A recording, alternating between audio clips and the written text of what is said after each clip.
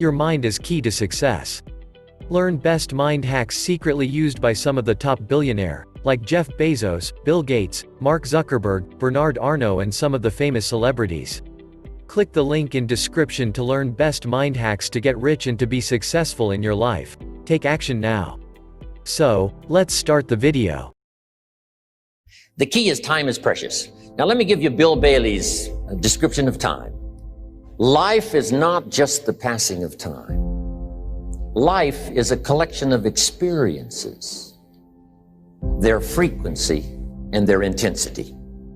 Life is not just watching the clock tick away. Life is a collection of experiences, their intensity, their frequency. When my friend Mark died at age 44, someone says, that's young to die. But what if he lived 4 lifetimes in one? It might not be too young. Whatever the span of your life turns out to be, here's what you want to fill it up with: experiences and the intensity of those experiences. But now let's talk about the management of time. Here's one of the best ones. We covered earlier, when should you start building this hotel? Answer: as soon as you have it finished. Now jot this one down on time management. When should you start the day? As soon as you have it finished. Plan the day the best you can, leaving plenty of room for improvising and surprises and all the stuff that happens during the course of the day. But if you've planned a good, productive day, now you start that day, you can't believe how much more valuable your time will be. Don't start the day until you have it finished. Now here's the next one. Don't start the week until you've had it finished. Now to lay out a week is a pretty good challenge. Next, don't start the month until you have it finished. The places to go and the people to see and the productivity and the sales and the customers and the development and all the rest of what you want to accomplish during the course of 30 days. Don't start the month until it's finished. And then here's the big one. This is really challenging. Don't start the year until you have it finished. To the best of your ability. It can't be finished like minute by minute. But in terms of the sweep of what you want to accomplish, make sure that that's set and ready to go by the time January 1st rolls around. And it might get all upset. It might get torn up and you do a new one. You make so much progress the first 90 days that now you've multiplied it all by 2, by 3. Because that happened to me. I thought, wow, this is going to be a great year. By the time I'd finished the 3rd month, I'm rolling, I'm soaring. So many things are happening. I revised my whole year's plan. Now, jot this down. Approaches to the management of time. Here's the first one. Step down to something easier. The guy's in sales and he says, oh, I want to own the company. Finally owns the company. Now he's got no time to play golf. He said, when I was in sales, I was making big money playing golf 3 days a week. Heck with this owning something. Heck with managing. My life was never my own after I started to manage. I'm going back to sales. See, this is the key. If you're getting too pressed, you might consider stepping down to something with a little easier time pressure. Little girl says to her mother, Daddy comes home, brings his briefcase and pats me on the head and says hello, disappears and works on his papers. How come my daddy doesn't play with me? And her mother said, look, your daddy loves you very much, but he's so busy at work, he can't get it all done, he has to bring it home. He loves you, but that's why he can't play with you. And the little girl said, why don't they just put him in a slower group? Jot this down now. If you don't have time for your kids, you might consider joining a slower group. Next key to time management. And that's work longer and harder. But see, there's a limit to that. I almost lost my health the first year. I went so crazy about personal development and achievement. I just went bonkers. You know, I told you I was skinny. By the end of that first year, I was a walking shadow. And then it suddenly occurred to me, what if I got rich and too ill to spend it? I mean, that was a shocker. So I started, developing a little more reasonable, because I said, if 12 hours won't do it, I'll work 14. If that won't do it, I'll work 18. I mean, how many hours it takes. And sure enough, it cost me too much. So see, working longer and harder for some might be appropriate. If you're just sitting around not doing that much, this might be good, work longer and harder. But you can only work so hard. Here's the key, not to work harder, but smarter. When you've worked as hard as you can, doing the best you can in terms of physical output in the time, reasonable time. Now here's the ultimate in the management of time, and that is you simply become more skillful. When I first got into sales, I was around people that could get, 9 out of 10, 8 out of 10. And when I first started, I could only get 1 out of 10. But here's what I did. I worked around the clock, so that I would make up in numbers what I lacked in skill. That's good in sales. You got to jot that down. When you're new, you make up in numbers what you lack in skill. Now, when you become more skillful, the numbers can go down because now your persuasive ability and all of that is now so high that you don't need to put as many numbers out. But at first, if you want to compete or if you want to really get good, you've got to put in the numbers. But if you get more from yourself, develop more of yourself, now the time management becomes an easier task. Now here's the next thing. Either you run the project or it runs you. I've found out when you start something, at first you're in charge. All of a sudden, a year later, it's in charge. Some of the companies I started, I'm telling you, I'm in control. A couple of years later, I'm out of control. At first, I've got it on the run. 2 years later, it's got me on the run. Haven't got enough time. I'm dizzy with trying to get it all done. So here's part of the key, and that's to get in charge. Say, I'm going to take charge of my health. One of my albums is entitled, Take Charge of Your Life. Take charge of your time. Take charge of your resources, which we're going to talk about next. Take charge of your health. You're the one that's responsible for it. It's not a requirement of society that you not have a heart attack and take care of your family. That's not a requirement of society, but you must make it a requirement of yourself. Society doesn't require that you build a financial wall around your family nothing can get through. That's not a requirement of society. It's a requirement you impose on yourself to build a financial wall around your family nothing can get through. So impose on yourself this self-development of being in charge, taking charge of your life and your health and your future and your responsibilities and all the rest. Next, reasonable time is enough time to achieve all of your goals. Just jot that down. Reasonable time is enough time. Here's why. It's not the hours you put in, it's what you put in the hours. If you start depositing greater ideas into the hours you've got later than now, I'm telling you later, you can't believe the productivity that will flow. The ideas you can't think of now, a year from now, they'll start to flow. And when you deposit those ideas in the hours you've got, productivity multiplies by 2, 3, 5, 10. Next, time management essential. We've already covered the first one, a written set of goals. And then do priorities on your goals. What's important this week? What's important this month? Here's the next one. Often review. Just go over your goals to make sure that your list is working for you. It's got you inspired. It's got you turned on. Somebody says, how come you're up so early? Say, if you were headed where I'm headed, you'd be up early too. Wow. If you were going to meet who I'm going to meet, you'd be up early.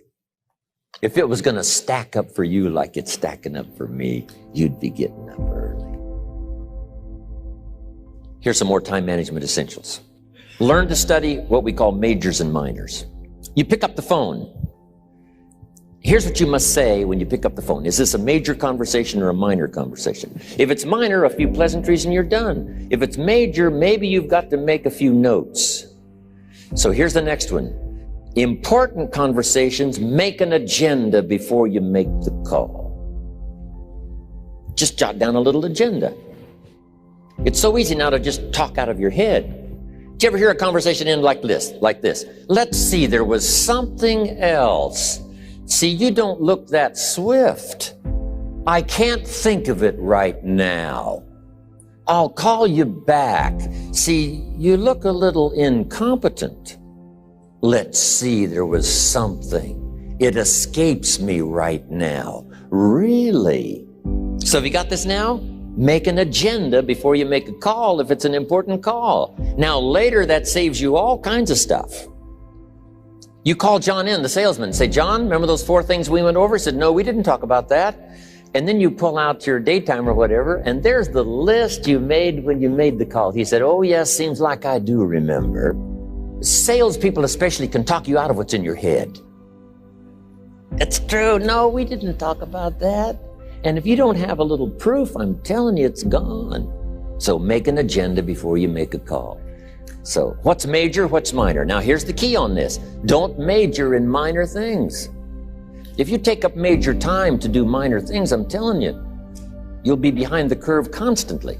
Here's what we learn in sales training. What's major time and what's minor time? Here's minor time, thinking about prospects. Here's minor time, making lists of prospects.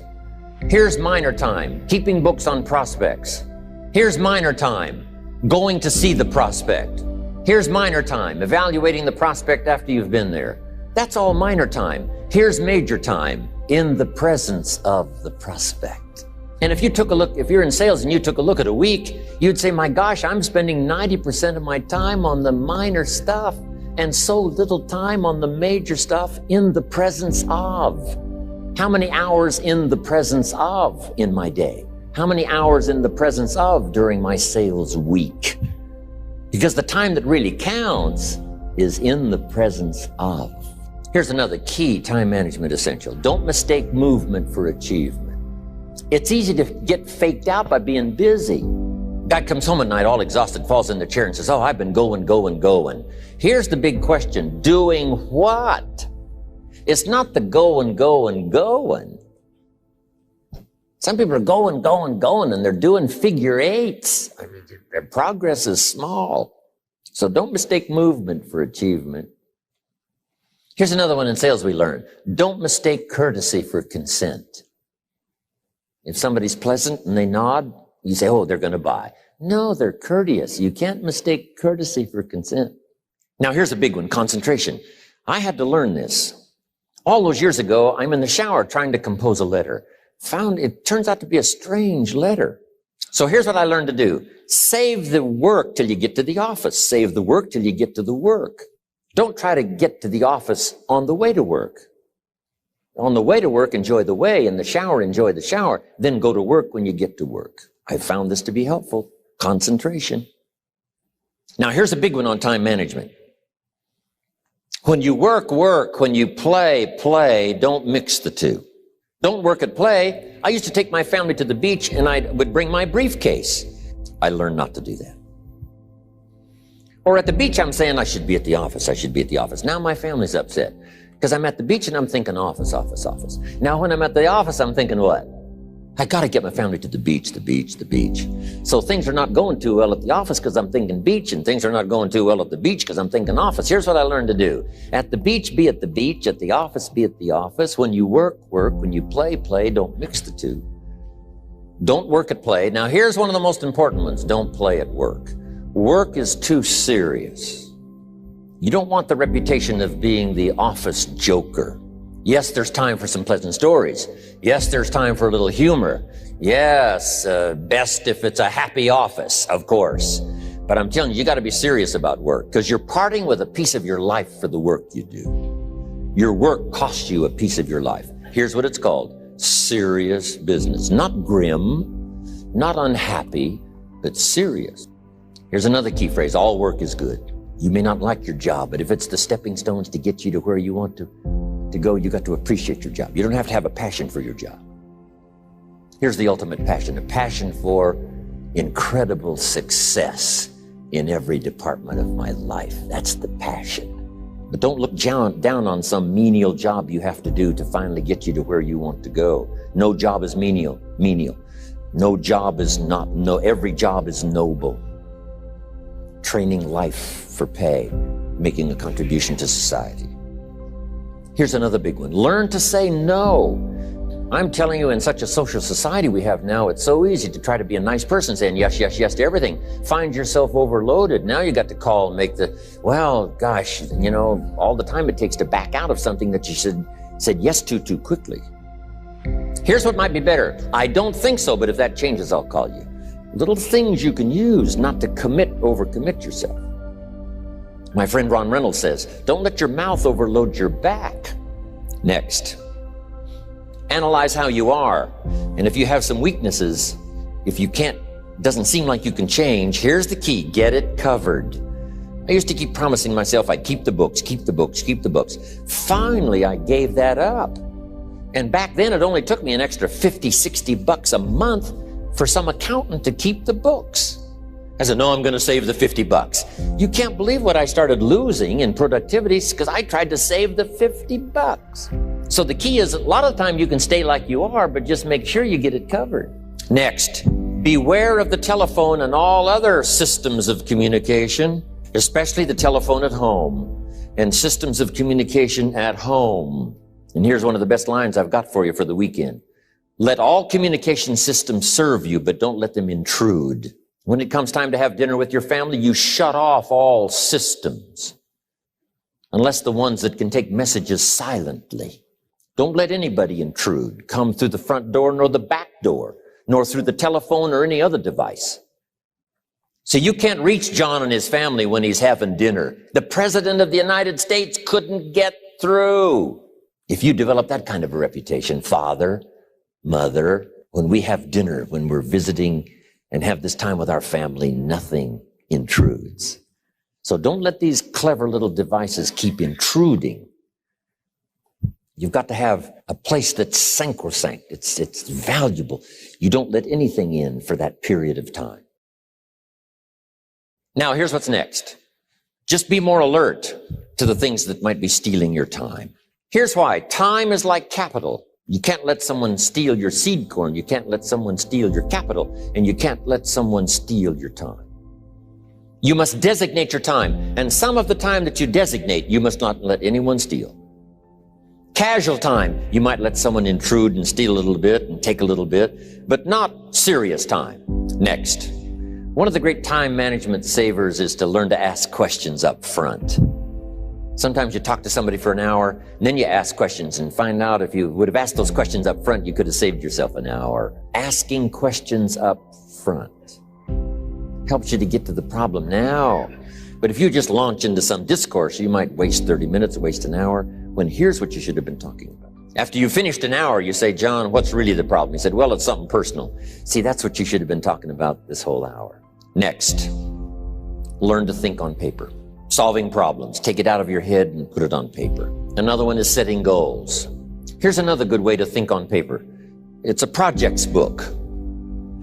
Each person you're working with and each project you're working on, get a loose leaf binder and a tab and some pieces of paper behind the tab and do a little continual summary of how it's going between you and that person and between you and that project. I call it a projects book. It is so useful to me. But what's going on between you and this person?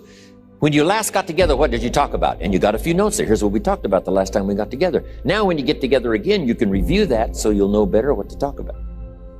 When the president gets ready to travel and he's going to meet some important people, guess what they bring him? All these briefing books. Right? The last time you were with Khrushchev, Kennedy is informed. Here's what he said and here's what you said. Kennedy said, oh, that's valuable. I need to remember that. If a person is important, it's worth a little running account. You might even have a projects book for your children. Here's what's happening between me and my child. We've talked about this and we've talked about this and we've talked about this. Next, a day timer. Keeping track of all of your appointments. You know, mine is all filled with, when to catch an airplane and when to do a seminar and when to sit down and have a conference, all the rest. Next is a game plan. If you've got a house and the, insurance is going to come due and some other things are going to come due, you just put it on a spreadsheet and make sure it's taken care of. Key phrase, take things out of your head and put them on paper. Now here's the last one, thinking on paper, and that's to keep a journal. One of the things I'm known for around the world, have been now for 39, 40 years, is keeping a journal. Now my journal is not it's not necessarily it's not like a diary. It might be part diary.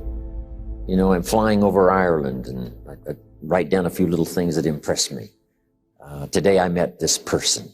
Wow, what an extraordinary event. Today I conducted this seminar in Rome. 1,000 people stood up and sang for me. I've got a little bit of a diary in there. But here's what primarily your journal is for. Collecting good ideas. A journal is to collect good ideas on your health, good ideas for your business, good ideas for your future, good ideas for time management. Because I used to take notes on pieces of paper and torn off corners and backs of old envelopes and restaurant placemats.